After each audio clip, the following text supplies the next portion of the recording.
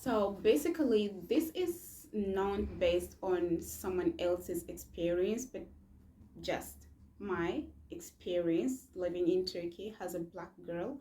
Has a Hi guys, welcome back to my channel. My name is Rukia and I live in Turkey. I just do videos about Turkey and travel videos, experience, and for foreigners what you need to know before you come to Turkey. And this is my experience in Turkey so far. I've been living here for a couple of years now, and I've quite a good experience in Turkey. And when you can, yeah, you can just hear from me of according to my experience in years that I've been here in Turkey. Okay, so number one, let's talk about the stairs. So I know that, as you can see, yeah, I'm a chocolate girl, so you're definitely gonna have to get some stares at people, okay? But in Turkey, it's not like someone just looks at you and they get back to their business. No, like you're gonna be like literally stared at,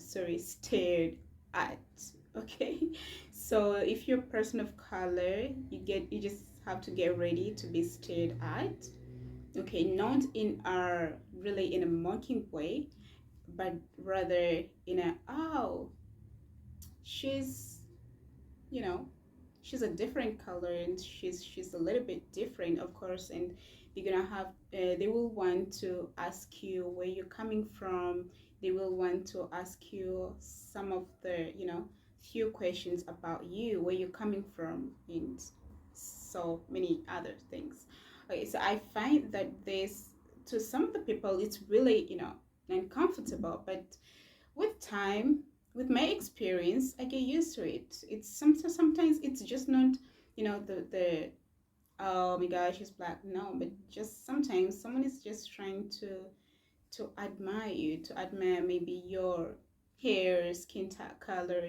Okay, so if you know that, uh, of course, I'm black and my hair is really different. My texture is different. So I get a lot of people when I wear my hair out, okay, in a big afro. I get a lot of people like saying, would you please let me touch your hair? Or some people just want to take pictures of you because you're different, you have different hair. And um, let me say, a few years back there weren't many blacks in Turkey, but for now, in some cities, of course, in big cities like Istanbul, Ankara, there is a lot of black people. But in some cities, some small cities, you're gonna find that in those cities they're barely black people. So if you're going to visit, some cities that aren't big, small cities, basically, it's where you're gonna have to get the most stairs. But if you live in these big cities like Izmir, Ankara, Antalya, Istanbul, the stairs are just little because they are used to black people. So if you know what I mean.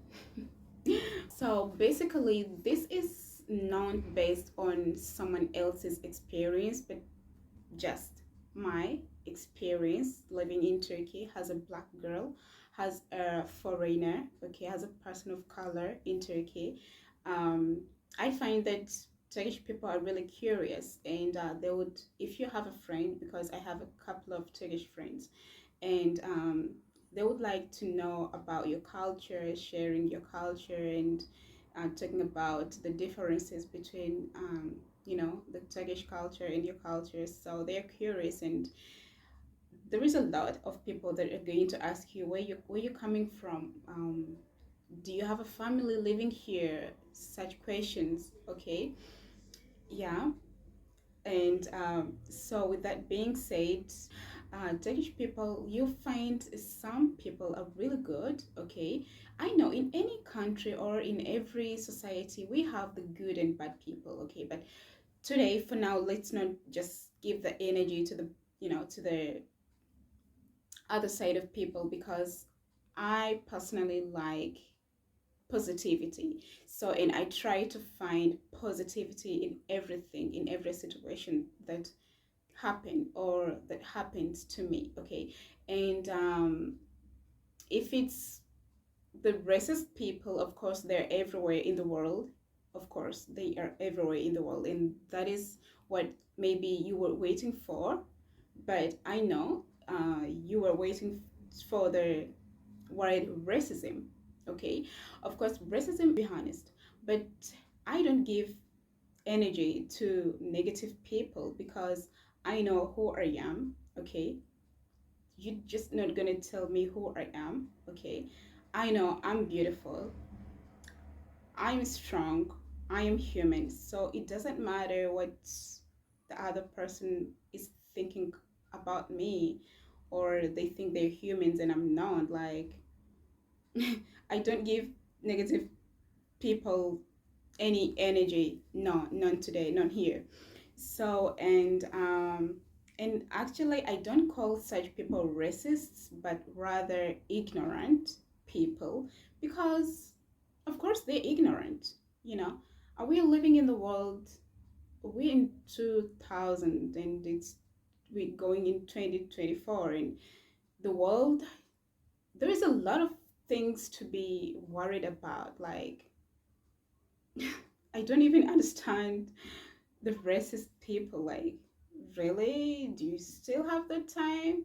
We have economic issues, we have coronavirus, we have pandemic, we have a lot that is going on, people, just economic wise, global wise, we have this economic issue, and people are busy getting to their businesses, and you still have that time to put out that energy of racism. I don't understand you, but if you like that, then good luck. Just good luck. I just wish you luck. Okay, so I find that so many Turkish people, that being said, I find that a lot of Turkish people are really helpful in this way, because I talk this according to my experience, not anybody's experience, not your auntie's experience, not your brother's experience, not anyone's experience who lives in Turkey. Okay, everybody has their own story, and this is my story. So I lived in Istanbul for a couple of years. Okay, and um, I had to visit a few offices. So I could get an office call, and they could call me, direct me where their office is, and I could just write down the location on my phone. And Istanbul is really a very busy and big city. So I would, be going in some locations that I didn't really know, and it was my first time. But on asking someone, the people are really ready to help you out. Like, to be honest, I got a lot of help from people, or maybe I didn't. When I used to go to some locations I didn't know, and it didn't stop me from asking people, like, could you please direct me where this building or this street is? Someone could just be really ready to help you, which is really a very, very good thing. And I find that really sweet, welcoming. And one day I was in a bus. Okay, so I asked someone next to me, like, I'm going to this location, but I really don't know. And the girl decided really to even, I don't know where she was going, but she said, okay, I'm going to go with you. I'm going to take you there. And then after, I will continue with my journey. Like, really, some people are really good, right? And this is my experience. I had this a lot in Istanbul when I lived in Istanbul. So people really ready to help you out. Yeah, people are really ready to help you out. So there is this one family that I met, and I'm gonna have to tell you a very short story about how I met this family. So I went one of the cities, and I was working there as a play sister, an English, education sister, play sister, and I wanted to go to a mall, so I decided to call taxi online. And when the taxi answered, one guy came. I gave him the direction that way he was gonna pick me, but he didn't get the direction. He was confused with the direction. So I get to call another taxi, okay?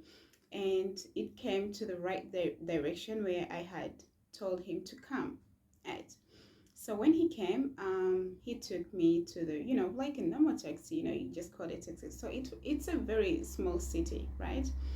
And the guy was really good, okay? Don't get me wrong, you just need to be careful whoever person you meet, okay? But the man was really old enough, and he was good. Okay, so after that, I took his number because I was new in the city and I didn't want the place where I was. There weren't so many, you know, taxis or vehicles that were passing by. So that is why I even used, our online taxi number.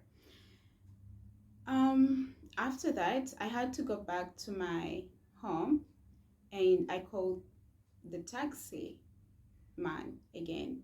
And he came, pick me up, and he took me back to my apartment. Um, the next day, I was going somewhere else, and I called the same taxi guy. So now I was like a loyal customer. When you have the um, a good, Uber that you normally use. So this was like my, Uber kind of. And after that, you know, I tried to ask him about the city. Oh, how is the city and everything? Blah blah. And then he told me, I actually have a daughter, and my daughter is by then she was about 22 years old, and that is around 5 years ago. And he told me, I have a daughter. I told her about you, and she was really, really, really curious, and she would like to meet you. Would you please meet my daughter because she would like to be your friend? And I said, okay, that is cool. So because I didn't have a friend, and working in a different country, it was far from Istanbul because I used to live in Istanbul. So this was an Istanbul, mind you. I was going to be bored, like working in a city that is very new, very small. It's like a village, and you're not used to that, and you don't have a friend. So I tried to be nice and told him that, okay, we can be friends with your daughter. She was 22 years old, and I was 2 years older than her by then. Okay, so now that we met one day, okay, we decided to meet one day, and the next our next meeting, our second meeting, we had she invited me to their house where it was breakfast. And there is this one thing, when this is in the Turkish culture. I've seen this in the Turkish culture, and I think even the Arabic culture, it's there too, because it's kind of the same. So they put, it's called sofra, okay? They put a cloth or something um, on the ground, and then they put food, or it's like dining in the middle.